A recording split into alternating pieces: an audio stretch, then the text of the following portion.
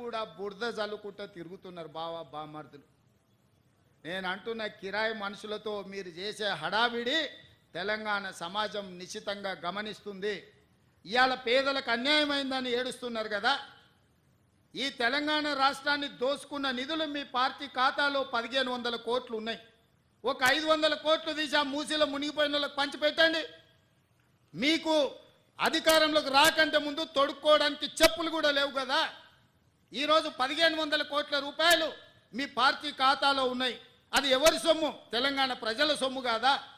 ఇవాళ తెలంగాణ ప్రజలు మూసీలో ఉన్న పేదలు బాధలు ఎదుర్కొంటున్నారని మీరు మాట్లాడుతున్నారు కదా. ఒక 500 కోట్ల రూపాయలు మీ పార్టీ ఖాతాలో నుంచి తీసి వాళ్ళకి పంచి పెట్టండి. వాళ్ళకి ప్రత్యామ్నాయం ఏం చేయాలో చెప్పండి. ఈరోజు ఈ ప్రభుత్వం సిద్ధంగా ఉంది వినడానికి. హైడ్రా గురించి అసెంబ్లీలో చర్చ పెట్టినప్పుడు ఈ సన్నాసులు పారిపోయినారు, మాట్లాడలేదు. హైడ్రా మీద అసెంబ్లీలో చర్చ జరగలేదా? ఆ రోజు మీరు సూచన చేసి ఉంటే ఈరోజు మీరు అడ్డగోలుగా మాట్లాడాల్సిన అవకాశమే లేకపోతుండే కదా. ఈరోజు పేదలకు ఏం చేద్దామో చెప్పండి.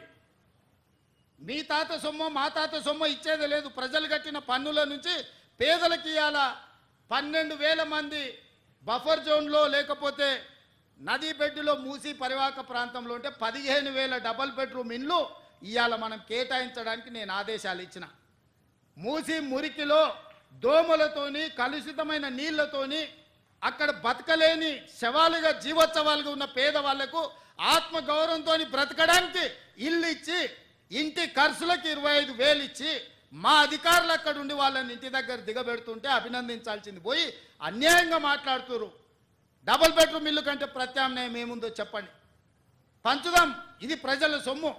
మేము సిద్ధంగా ఉన్నాం బాధ్యత తీసుకోవడానికి. ఇవాళ పేదల సంక్షేమం అమలు చేయడమే మా బాధ్యత. చేతనైతే రాండి, అఖిలపక్ష సమావేశాన్ని పిలుస్తాం, మీరు రాండి. ఏం చేయాలో చెప్పండి. ఏది చేసినా వద్దనడం, మీ చేతగాని తనాన్ని కప్పిపుచ్చుకోవడానికి మమ్మల్ని ఏ ప్రయత్నం చేయొద్దనడం ఇది సమంజసమని నేను అడుగుతున్నా. 10 నెలలు కూడా కాలే మేము అధికారంలోకి వచ్చి. 10 ఏళ్ళు ఈ రాష్ట్రాన్ని దోసుకతిన్న మీరు ఇవాళ ఆగర్భ శ్రీమంతులు ఎట్లయినరు? మీరు మాత్రం ఫామ్ హౌజుల్లో ఉండాలి. మీ ఫామ్ హౌజులను కాపాడుకోవడానికే కదా ఇవాళ వీళ్ళను ముసుగు తొడుక్కొని రక్షణ కవచంగా పెట్టుకొని పేదోళ్ళను పెట్టి కూలగొట్టొద్దు అంటారు. ఇవాళ ఇన్ని మాట్లాడుతున్న కేటీఆర్ జన్వాడలో నీకున్న ఫామ్ హౌస్ అక్రమ నిర్మాణం కాదా? అది కూలగొట్టాలనా వద్దా నువ్వు చెప్పు. హరీష్ రావు అజీజ్ నగర్లో నీకున్న ఫామ్ హౌస్ అక్రమమా కాదా? దాన్ని కూలగొట్టాలనా వద్దా చెప్పు. సబితమ్మ, నీ 3 కొడుకుల పేర్ల మీద 3 ఫామ్ హౌసులు కట్టినావు కదా. నువ్వు సబితమ్మ లేక పేద అరుపులు అరవకమ్మా. నీకున్న ఫామ్ హౌసులు కూడా లెక్కలు ఉన్నాయి. కూలగొట్టాలనా లేదా సబితమ్మ? నువ్వు సలహా చెప్పు. మీకు వెనకంగా ఉన్న కేవీపీ రామచంద్రరావులై కూలగొట్టాలనా వద్దా చెప్పు. ఇవాళ అక్రమంగా ఫామ్ హౌజులు నిర్మించుకొని మీ ఫామ్ హౌజుల మీద ఎక్కడైతే తొలగింపు ఏటు పడుతుందో మీ ఫామ్ హౌజులు కూలుతాయని చెప్పి ఇవాళ పేదలను రక్షణ కవచంగా పెట్టుకొని ఇవాళ మీరు నాటకాలు ఆడుతున్నారు. నల్ల చెరువులో ప్లాట్లు వేసి అక్రమంగా అమ్మినోడు మీ పార్టీోడు కాదా? మూసి నది ఒడ్డున ప్లాట్లు వేసి పేదోళ్ళకు 10 లక్షలకు 100 గజాలు అమ్మింది మీ సన్నాసులు టీఆర్ఎస్ నాయకులు కాదా? ఇవాళ 100 గజాలు 10 లక్షలకు నల్ల చెరువులో సున్నం చెరువులో ఇవాళ మూసి నది ఒడ్డున మీరు ప్లాట్లు చేసి అమ్మి ఇవాళ ప్రభుత్వ భూమి అని తేలంగానే వాళ్ళు ఎక్కడ మిమ్మల్ని చొక్కా పట్టుకొని మా పైసలు మాకు వాపసు చేయమని అడుగుతారో అని చెప్పి ముందే పార్టీ కార్యకర్తల్ని ఉసిగొల్పి ఈరోజు ఈ ధర్నాలకు దీక్షలకు తిరుగుతున్నారు. ఇవాళ మూసీలో వచ్చిన వరదలు తెలంగాణ రాష్ట్రాన్ని హైదరాబాద్ నగరాన్ని ముంచేస్తలేవా? మరి వాటికి పరిష్కారం ఎట్లా? నాకు తెలియదా? ఇవాళ కొంతమంది పేదలు ఇండ్లు తీస్తే వాళ్ళకి దుఃఖం ఉంటుంది, వాళ్ళకి బాధ ఉంటుంది, వాళ్ళు కొంత ఆవేశంగా మాట్లాడతారని నాకు తెలియదా? రాజకీయంగా లాభమో నష్టమో ఉంటుందో నేను అంచనా వేయలేనా?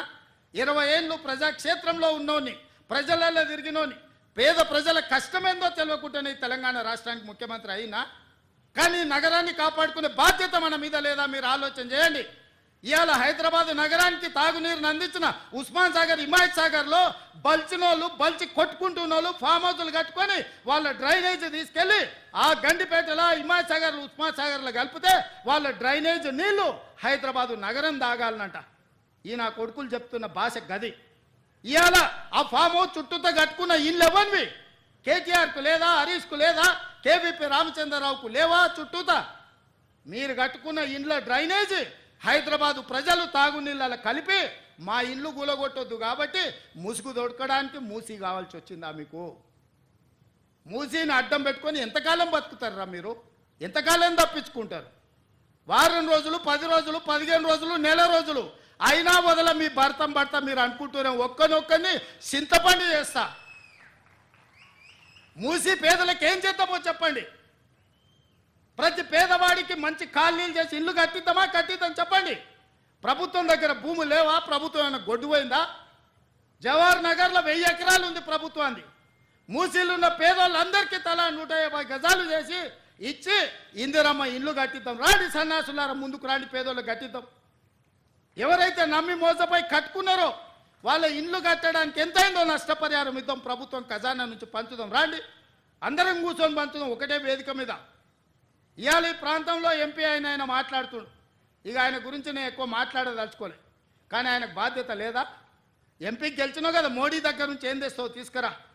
గుజరాత్లో అహ్మదాబాద్లో సబర్మతి రివర్ ఫ్రంట్ నరేంద్ర మోడీ కట్టుకోవచ్చు అంట, కానీ నరేంద్ర మోడీకి ఊడిగం చేస్తాడంటే కానీ మూసీ రివర్ ఫ్రంట్ మాత్రం తెలంగాణలో కట్టొద్దంట.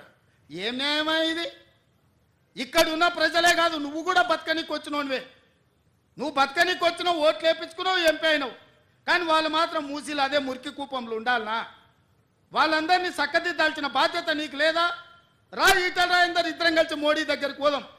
పోయి 25,000 కోట్లు తీసుకొద్దా, మూసీలు ఉన్న పేదోళ్ళకి పంచి పెడదాం, ఇల్లు కట్టిద్దాం, డబుల్ బెడ్రూమ్ ఇల్లు కాదు మంచి కాలనీలు కట్టిద్దాం. వాళ్ళకు 40 లక్షల కోట్ల బడ్జెట్ ఉంది కదా మోడీ దగ్గర. హైదరాబాద్ నగరానికి 25,000 కోట్లు ఇవ్వలేడా? చేబెల్ల మీరే గెలుస్తారు, సికింద్రాబాద్ మీరే గెలుస్తారు, మల్కాజ్గిరి మీరే గెలుస్తారు, మెదక్ మీరే గెలుస్తారు, నగరం చుట్టూతో మొత్తం మీరే గెలిచింది కదా ఈటల రాజేందర్ గారు. మోడీ దగ్గరికి వెళ్ళి ఏం తెద్దామో రాపోదాం. నాకేం బేసిజాలు లేవు. రాజేందర్ గారు రండి సచివాలయానికి, ఏ ప్రతిపాదన తెస్తారో తీసుకురండి. కేటీఆర్ హరీష్ రావు మొదటి రోజు మాట్లాడతారు, తెల్లారా జిరాక్స్ కాపీ తీసుకొని ఈటల రాజేందర్ మాట్లాడతారు. ఏందా ఈ భాగవతం? ఏమనికి అర్థమైతే లేదా? 10 ఏళ్ళు వాళ్ళతో మంత్రుండి నువ్వేం వెలుగబెట్టినో తెలంగాణ సమాజం గమనిస్తలేదా? గౌరవం పెట్టుకోండి రాజేందర్ గారు. మీరు మిమ్మల్ని గౌరవించాలనే మేము అనుకుంటున్నాం, కానీ మీరు ఆ గౌరవం నిలబెట్టుకునే పరిస్థితి లేదు. మీరు పార్టీ మారినరు, వేరే పార్టీ ఎంపీ అయినరు, కానీ పాత వాసన మాత్రం మీకు పోతలేదు. ఆ గత్తర వాసన అట్లనే మీతో కొడుతుంది, గత్తు వాసన. నేను ఇవాళ సూటిగా వారికి సూచన చేస్తున్న ఈటల రాజేందర్ గారికి, మూసీ పరివాహక ప్రాంతంలో ఉన్న పేదలకు ఇళ్ల పట్టాలతో పాటు ప్రధానమంత్రి ఆవాస్ యోజనలో ఇల్లు కట్టిద్దాం. మీరు రాండి, నరేంద్ర మోడీ దగ్గరికి వెళ్దాం. నేను వస్తా, నా మంత్రివర్గాన్ని మొత్తం తీసుకొని వస్తా.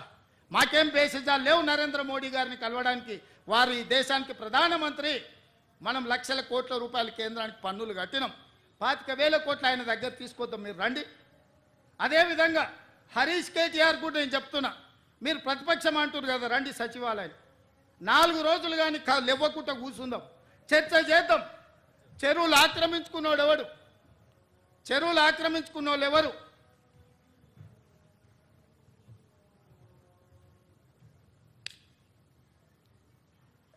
నకరేకల్లు, భువనగిరి, ఆలేరు ఇవన్నీ మూసీ ప్రాజెక్టు కింద 40,000 ఎకరాల ఆయకట్టు ఉంది. ఇక్కడి నుంచి అక్కడికి మురుగునీళ్ళు పోయి ఒక పక్కన ఫ్లోరైడ్, రెండో పక్కన మూసీ మురికి నల్గొండ జిల్లా ప్రజలు బతకలేని పరిస్థితిలో ఉంటే ఆ నల్గొండను ప్రక్షాళన చేయడానికి ఈరోజు ఒక ప్రయత్నం చేస్తుంటే దాన్ని అడ్డుకుంటారు. రేపు పొద్దుగాలు ఏ మోకం పెట్టుకొని నల్గొండలు తిరుగుతావు కేటీఆర్? నువ్వు నల్గొండల కాలు పెట్టు, ఓ ఈరోజు భువనగిరో, ఆలేరో, నకరేకల్లో పోయిరాపో ఒకసారి. పోయి వస్తే నీకు హరీష్ రావుకి అక్కడ ఏముందో పరిస్థితి తెలుస్తుంది. మూసి మురుగుతోనే అక్కడ పంటలు ఎట్లా కలుషితమవుతుందో పోదంపా. అక్కడ నీళ్లు తాగి పశువులు చచ్చిపోతున్నాయి, అక్కడ పాలు కూరగాయలు కూడా తినలేని పరిస్థితి ఉన్నాయి. ఆకు కూరలు కూడా ఈ కలుషితమైన నీళ్ళ వల్ల ఎంత కాలుష్యం వచ్చి ఎంత విషంగా మారిందో నల్గొండ జిల్లా. ఈరోజు వాళ్ళు విషం దిగమింగుకొని నల్గొండ ప్రజలు బతుకుతున్నారు. ఇవాళ విషాన్ని దిగమింగుతున్నది నల్గొండ. ఆ నల్గొండను బాగు చేయడాలంటే మూసీ ప్రక్షాళన చెయ్యాలి. ఆ మూసీని బాగు చేద్దామని మేమంటే మీరు అడ్డం పడుతున్నారు. అంటే నల్గొండ ప్రజలు సావాల్సిందేనా శాశ్వతంగా? ఒక పక్కన ఫ్లోరైడ్ ప్రాబ్లము, రెండో పక్కన మూసీ కలుషితము, ఈ రెండింటితో నల్గొండను చంపేద్దామా? ఇదేనా మీ కోరిక? మీకు ఓట్లు వేయలేదు, నల్గొండలో ఒక సీటు గెలవకపోతే నల్గొండ ప్రజల్ని చంపేద్దామని స్కీమ్లు వేస్తారా బామార్దులు కలిసి అని నేను అడుగుతున్నా. ఇవాళ గతంలో మీరు మాట్లాడిన ప్రజలు సోషల్ మీడియాలో పెడతలేరా? మూసీ గురించి మీరు మాట్లాడలే, అసెంబ్లీలో మీరు మాట్లాడలే, ఆక్రమణల గురించి మీరు మాట్లాడలే. మీరు శాతగానోళ్ళు కాబట్టి మీరు ఒక్క పని చేయలే. ఈ ప్రభుత్వం కొంచెం రాజకీయంగా ఇబ్బంది వచ్చినా ఒక మంచి కార్యక్రమం చేయాలని ముందుకు వస్తున్నాం. దీన్ని ఏ విధంగా ముందుకు తీసుకెళ్తామో మీరు సలహా సూచనలు చేయండి. అంతే తప్ప కిరాయి మూకలు నెంబడేసుకొని మేము అడ్డగోలుగా మాట్లాడతాం, మేము అడ్డుకుంటామంటే ప్రతి ఒక్కడు బుల్డోజర్ నా మీద నుంచి పోవాలి, బుల్డోజర్ నా మీద నుంచి పోవాలంట. ఎన్ని బుల్డోజర్లు కొనాలన్నా నేను? హరీష్ కోటి కొనాలంట, రాజేందర్ కోటి కొనాలంట, కేటీఆర్ కోటి కొనాలంట. నెత్తి మీద జుట్టు లేని వాళ్ళు కూడా చాలా మంది బుల్డోజర్ నా మీద నుంచి ఫస్ట్ పోవాలంటారు. ఎన్ని బుల్డోజర్లు కొనాలి వీళ్ళ కోసము? ప్రభుత్వం దగ్గర అంత ఏడుంది? అప్పులు చేసిపోయింది కేసీఆర్. వీళ్ళందరి కోసం బుల్డోజర్లు కొనాలంటే లేవు, బుల్డోజర్లు కొనం. మీలాంటి సన్నాసుల కోసం బుల్డోజర్లు అవసరమా? దారుణమే పిచ్చుకుక్క గరిస్తే కూడా సస్తారు మీరు. మీ గురించి నేను ఆలోచన చేయాల్సిన అవసరం ఉందా? కాబట్టి మిత్రులారా, నేను ఇక్కడ ఉండే అధికారుల నుంచి శ్రేణుల వరకు ఒకటే మాట, ఒక మంచి సంకల్పంతో చిత్తశుద్ధితో ఈ కార్యక్రమాన్ని తీసుకున్నాం. రాజకీయంగా నాకు తెలుసు కొంత నష్టం కొంత కష్టం ఉంటుంది. రాజకీయాల కోసం ఈ ప్రాజెక్టును చేపట్టలేదు. ఇవాళ ఆపితే ఈ శ్రీమంతులు అందరూ వచ్చి సంచులు ఇస్తారు. ఆపినోనికి సంచులు ఎట్లా అడ్డం పడడానికే సంచులు తీసుకున్నోనికి తెలుసు సంచుల గురించి. తొలగిస్తే సంచులు ఎవడిస్తాడా? తొలగిస్తే తిట్లు వస్తాయి. తిడుతురు కదా, తిట్టనీక ఈరోజు ఈ పనులు చేస్తున్నానా నేను రాబోయే తరాల కోసం ఒక మంచి పని చేయాలనే చిత్తశుద్ధితో నేను ప్రయత్నం చేస్తున్నా. అందుకే ఈరోజు ప్రతిపక్షాలకు నా సూచన, మీరు రాండి, ఈ ఆక్రమించుకున్న చెరువులను ఏ విధంగా ఆక్రమణలు తొలగిద్దామో, మూసీలో ఉన్న ఈ మొత్తం వ్యవహారాన్ని సరిదిద్దుదాము, నగరాన్ని బాగు చేసుకుందాము. ఇంతవరకు అంచనాలే వేయలే, ఈ మధ్యలోనే కన్సల్టెంట్ని ఫైనల్ చేసినాం ఎట్లా కడదాము ఏం చేద్దామని. అది మొదలు కాకముందే అప్పుడే ఆయన రాగం ఎత్తుకున్నాడు. ఎందుకంటే 10 ఏళ్ళ అనుభవం అదే కదా. 1,00,000 కోట్లతో కాళేశ్వరం కట్టినరు, కూలింది. ఎవడైనా సన్నాసుడు కట్టిందే వానాయంలో కూలిన సన్నాసుని ఎప్పుడైనా చూసినామా? ఇవాళ అట్లనే అనుకుంటుండు మూసీ కూడా. పెద్దలు వెనకడికి చెప్పారు, పనిమంతుడు పందిరేస్తానంట కుక్క తొక్క కలిగి కూలిందంట. కాళేశ్వరం కూడా గట్లుంది మీ ఏషానికి. మూసీలు అట్లాంటివి లేవు. ఇట్లాంటి ఆశలు పెట్టుకోకు కేటీఆర్. ఏదో నోటుకు వచ్చింది మాట్లాడుతున్నావు. మీడియా ఉంది, సోషల్ మీడియా ఉంది. ఆ సినిమాలో కూడా చెప్పిండు కదా, అమ్మ గీసుకోవడానికి గడ్డం ఇచ్చావు, రాసుకోవడానికి పేపర్ ఇచ్చావు, చూయించుకోవడానికి టీవీ ఇచ్చావు. అట్లా మీ అయ్యా నీకు మొత్తం రెడీగా చేసి పెట్టిన మందిని దోషి. రాయనికే పేపరు, చూపించనికే టీవీ, ఇట్లాంటివన్నీ అడగోలుగా మాట్లాడడానికి సోషల్ మీడియా మీ నాయన దోపిడీ చేసి నీకు ఇచ్చిండు. కాబట్టి ఈ అడ్డగోలుగా పనులు చేస్తున్న ప్రజలు ఎవరు హర్షించరు. అందుకే మిత్రులారా, ఇది సందర్భం కాకపోయినా కొన్ని వివరాలు ప్రజలకు చెప్పాల్సిన అవసరం ఉండి ఈ వేదిక మీద నుంచి చెప్పిన. ఏది ఏమైనా ఈ ఫ్యామిలీ